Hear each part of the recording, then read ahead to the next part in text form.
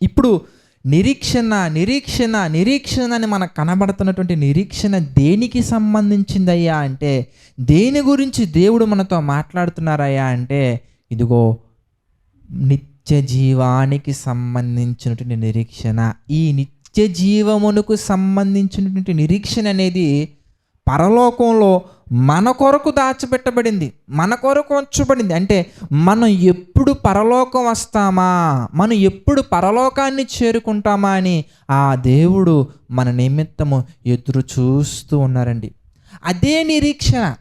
ఆయన ఏ విధంగా అయితే మనందరం ఎప్పుడు వెళ్తాము ఎప్పుడు వెళ్తాము ఎప్పుడు వెళ్తామని ఎదురు చూస్తూ ఉన్నారో అదే నిరీక్షణ మనలో కూడా కలగాలి.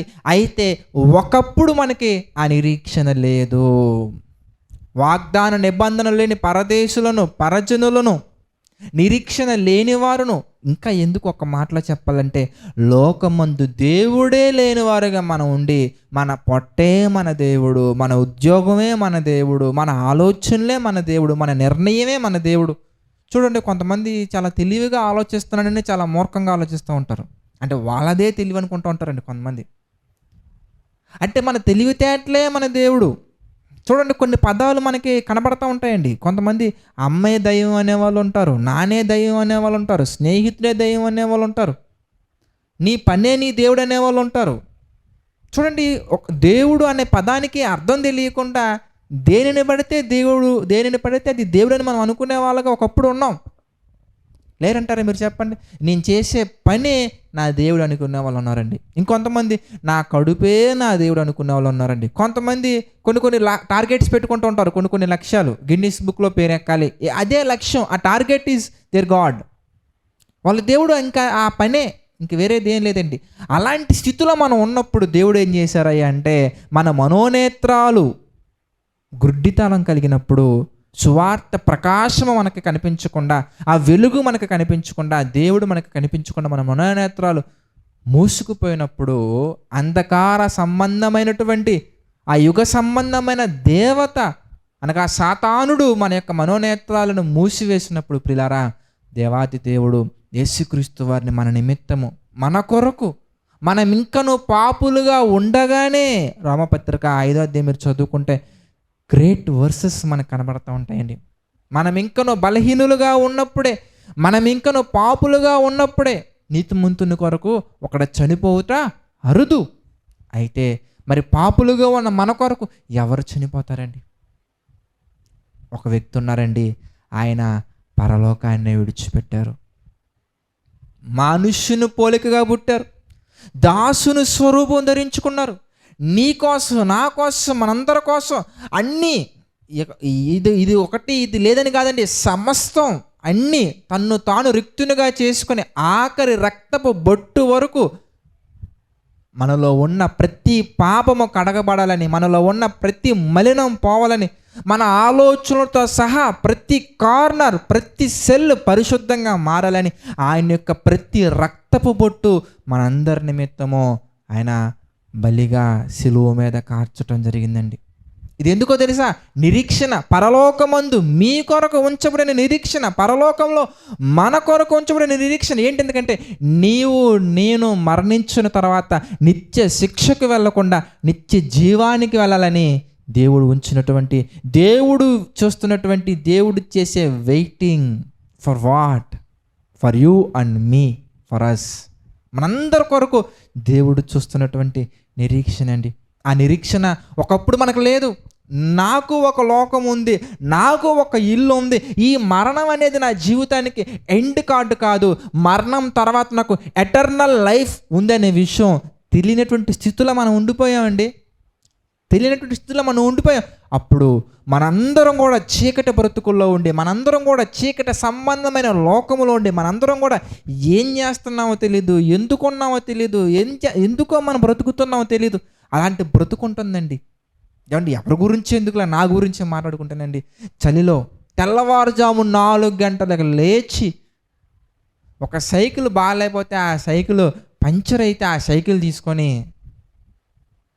ఒక న్యూస్ పేపర్స్ పెట్టుకొని, ఎందుకు చేస్తున్నానో తెలీదు, ఎందుకు సంపాదిస్తున్నానో తెలీదు, ఒక ఒక ఒక వే కాదండి, మల్టీ స్ట్రీమ్. మళ్ళీ ఎప్పుడు ఇంతకు ఏజ్ అంతా 8th క్లాస్ 9th క్లాస్ 8వ తరగతి 9వ తరగతి చదువుకొని ఒక కుర్రోడు పొద్దున్నే 4 గంటలు లేచి పేపర్లు వేసి పాల ప్యాకెట్లు వేసి మొలకలు వేసి ఇవన్నీ చేసి సుమారుగా ఆ వయసులోనే 8,000-9,000 నెలకి సంపాదిస్తుంది.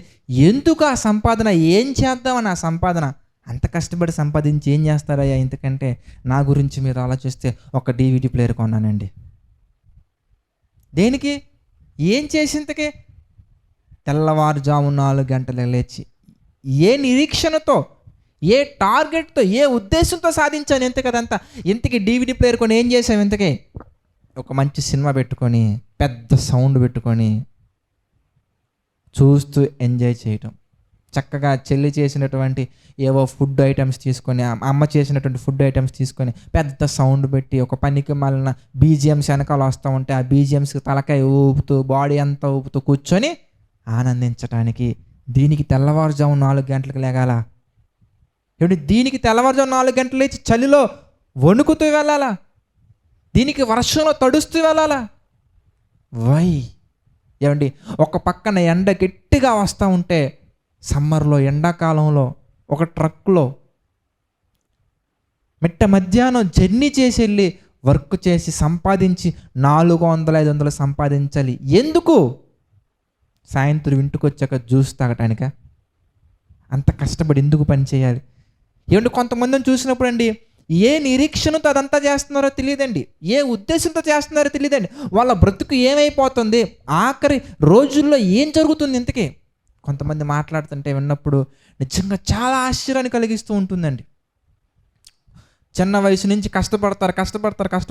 రీసెంట్గా ఒక తమ్ముడితో నేను జర్నీ చేస్తూ వెళ్తున్నప్పుడు ఒక తాతగారిని నేను చూశానండి. ఎండలో చెమటలో నిప్పులు కక్కుతున్న ఎండలో చెమటలన్నీ అలా మొత్తం స్వెట్ అయిపోయారు. నేను అంతా తడిచిపోయారండి. ఆ టైంలో భుజం మీద ఒక కర్ర వేసుకొని దాని మీద ఒక చద్దన్నం పెట్టుకుంటారు చూసారు, ఆ క్యాన్ పెట్టుకొని ఆ గొర్రెలను అలా మేపుకుంటూ, వయసు బహుశా ఒక 52-53 సంవత్సరాలు ఉంటాయండి. ఆ వయసులో ఆ ఎండలో ఆ చెమటల్లో ఆ గొర్రెలను మేపుకొని ఇంటికి వెళ్ళి ఏం చేయాలి? అసలు ఎందుకు ఆ వయసులో అంత కష్టపడుతున్నాడు? ఆ కష్టపడడం వెనక ఏమైనా ఉద్దేశం ఉందా? తెలుసుకుంటే ఏముంటాయండి. ఏమండి, పిల్లల్ని కన్నానండి, 3 అబ్బాయిలు ఉన్నారండి, 4 కూతుళ్ళు ఉన్నారండి. ఏ ఒక్కరు చూసుకోవట్లేదండి. అందరికీ పెళ్ళిళ్ళు చేశా, అందరిని పంపించేశా. ఈరోజు నన్ను చూడమంటే వంతులు వేసుకుంటున్నారండి. వాడికే కదా మంచి అమ్మాయిని పెళ్లి చేసావు, ఇదిగో వీడికే కదా ఆ ఇల్లు ఇచ్చావు, నేను చిన్నప్పుడు నన్ను చూసావా, నాకు ఎలాంటి భర్తనిచ్చి పెళ్లి చేసావు లేదా? ప్రతి కూతురు ప్రతి కుమారుడు రకరకాల కారణాలు చెప్పి ఒంటరిగా వదిలేసి వెళ్ళిపోతే ఓల్డ్ ఏజ్ హోమ్లో బ్రతకటానికి మనస్సు లేక వాడెవడో పెట్టింది తినటానికి నాకు మనస్సాక్షి రాక నేను ఈ పని చేసుకుని బ్రతుకుతున్నాను. ఏ పని ఇంతకీ? మరి యవ్వన కాలంలో ఉన్నప్పుడు వివాహం చేసుకున్నాక పిల్లలు పుట్టాక వాళ్ళ కోసం ఎన్నో త్యాగాలు చేసావు. వాళ్ళ కోసం వాళ్ళని మంచం మీద ఉంచి నువ్వు కింద పడుకున్నావు. వాళ్ళకి మంచి బట్టలు కొనించి నువ్వు చినిగిపోయిన బట్టలు వేసుకున్నావు. నీలో ఏం మార్పు వచ్చింది? అప్పుడు చినిగిపోయిన బట్టలే ఉన్నాయి, ఇప్పుడు చినిగిపోయిన బట్టలే ఉన్నాయి. చీమలు పెట్టిన పొట్టలో పాములకు స్థానమైనట్టు నువ్వు సంపాదించిన సంపాదన అంతా కూడా నీ పిల్లలకి పెట్టావు. ఏ నిరీక్షణతో పెట్టావు? ఏమనుకొని పెట్టావు? ఏ సాధించడం కోసం పెట్టావు? ఇప్పుడు ఏం చేస్తున్నావు ఇంతకీ? పోనీ ఒక 10 సంవత్సరాల తర్వాత కాటికి కాలు చాపుతావు కదా, ఆ మరణం తర్వాత ఏం జరుగుద్దో పోనీ ఏమన్నా తెలుసా? వీటిలో దేని గురించి స్పష్టత లేకుండా ప్రియులారా, దేని కొరకు ఎదురు చూస్తున్నారో తెలియదు, దేని కొరకు సాధిస్తున్నారో తెలియదు, ఏం కావాలనుకుంటున్నారో తెలియదు. నిరీక్షణ లేని వారును నీ పిల్లలే దేవుళ్ళుగా భావించి చాలా కష్టపడ్డావు. నీ తల్లిదండ్రులే దేవుడుగా భావించి చాలా కష్టపడ్డావు. నీ స్నేహితుడే దేవుడిగా భావించి చాలా కష్టపడ్డావు. కొంతమంది స్లోగన్స్ చూస్తే ఉంటుందండి, చాలా కోపం వస్తుందండి. నీకు దేవుడు ఎవరు అనగానే ఒకడు చెప్తాడండి, నాకు దేవుణ్ణి పూజించాలి అని ఒక మనిషి చెప్పాడు. ఆ మనిషే చెప్పకపోతే ఆ దేవుడు ఉనికే నాకు తెలియదు కనుక నాకు దేవుణ్ణి పరిచయం చేసిన వ్యక్తే నిజమైన దేవుడు. ఏమనాలండి వీళ్ళని? మీరు చెప్పండి. అదే మాట మనకి ఎఫెసీ పత్రికలో మనకు కనబడుతుంది. మళ్ళీ చదువుకుందాం. ఎఫెసీలకు రాసినటువంటి పత్రిక 2వ అధ్యాయం మనం చూద్దాం ప్రియులారా. ఎఫెసీలకు రాసినటువంటి పత్రిక 2వ అధ్యాయం మనం చూస్తే